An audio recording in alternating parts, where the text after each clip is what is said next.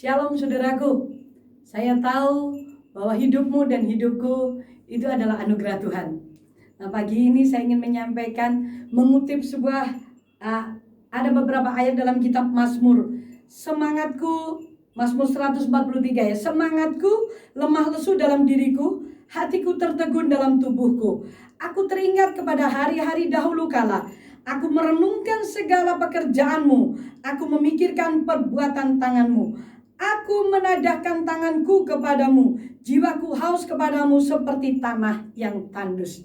Saudara, kalau kita mau jujur, hari-hari ini di dalam kondisi seperti ini ada banyak orang yang hatinya tertegun dan lemah lesu, rasanya gak ada semangat, rasanya kurang memerlukan dorongan semangat dari orang lain yang dulunya mungkin kita bisa bertemu dengan orang dan bisa cerita, bisa sharing, tetapi sekarang ini kita dibatasi dengan keadaan.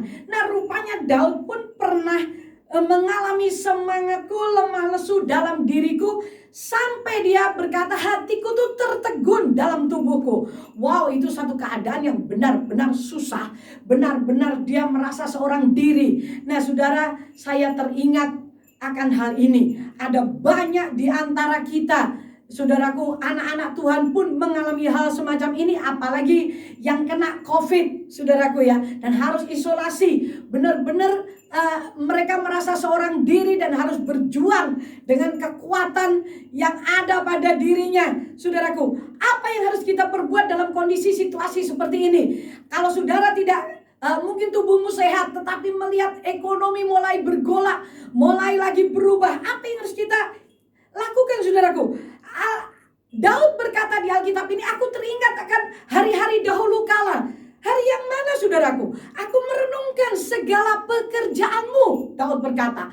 Bukan masa lalu, hari-hari dahulu kala di mana kita sakit hati atau apa, tidak.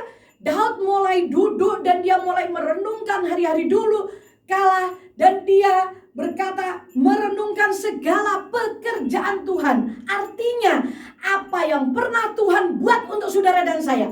Kalau dulu kita ditolong, sekarang pun kita pasti ditolong. Itu yang Daud pikirkan, saudaraku. Aku memikirkan perbuatan-perbuatan, dikatakan di situ. Aku memikirkan perbuatan-perbuatan tanganmu, kata Daud. Jadi saudara, dalam situasi kondisi seperti ini, mari mulai kita memikirkan apa yang pernah Tuhan kerjakan. Tuhan tolong bagi saudara dan saya. Memikirkan perbuatan tangan yang Allah yang ajaib.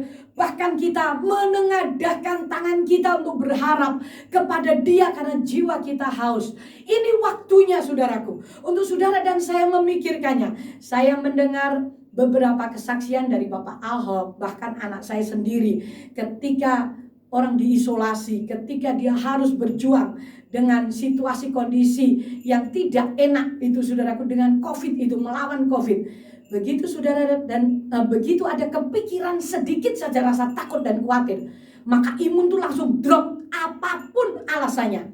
Saudaraku, mungkin ya bagaimana caranya Bu Ella sedangkan keadaan seperti itu? Tidak ada alasan sekarang ini. Kita harus melatih pikiran kita. Kita harus mulai memutar pikiran kita. Kalau saudara dan saya mau selamat, tidak ada jalan lain kecuali kita ngeset pikiran kita seperti yang dilakukan oleh Daud ketika dia jiwanya tertegun di dalam hatinya. Dia mulai memikirkan perbuatan Allah. Karena saudaraku, kalau saudara memikirkan keadaanmu saja hari ini, besok tidak akan menambah kekuatan dan belum tentu ada jalan keluar. Dan buat apa, saudaraku, ketika saudara menambah beban di pikiranmu? Sekarang mulai hari ini pikirkan apa yang pernah Tuhan buat untuk hidup saudara dan saya. Apa yang pernah Tuhan lakukan di masa lalu. Saudaraku, perbuatan-perbuatan Allah yang ajaib. Maka semangatmu akan muncul dan kepercayaanmu muncul, maka imunmu akan bertambah. Apapun yang saudara dan saya hadapi, kesulitan itu tidak akan bisa diatasi dengan saudara memikirkan kesukarannya. Tetapi ketika saudara dan saya duduk di bawah kaki Yesus, saudara memikirkan keajaibannya.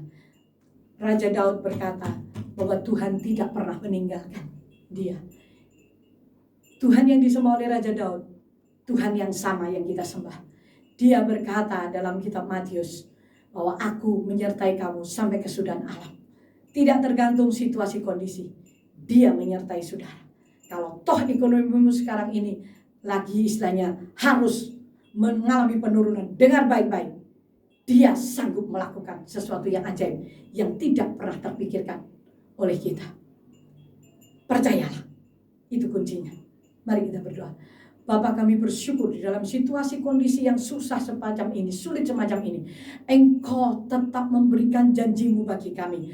Bapa, kami tahu keadaan sulit, keadaan mungkin menakutkan, tetapi kami tetap percaya bahwa Engkau mempunyai berkat tersendiri bagi kami yang percaya kepadamu, yang menengadahkan tangan kami dan berharap kepadamu seperti Daud. Engkau mempunyai rancangan yang tidak bisa gagal karena situasi dan kondisi. Berkati kami, kuatkan kami dengan firman-Mu di dalam nama Yesus Kristus. Amin. Sampai bertemu, semangatkan dirimu karena Tuhan ada buat saudara dan saya. Tuhan memberkati.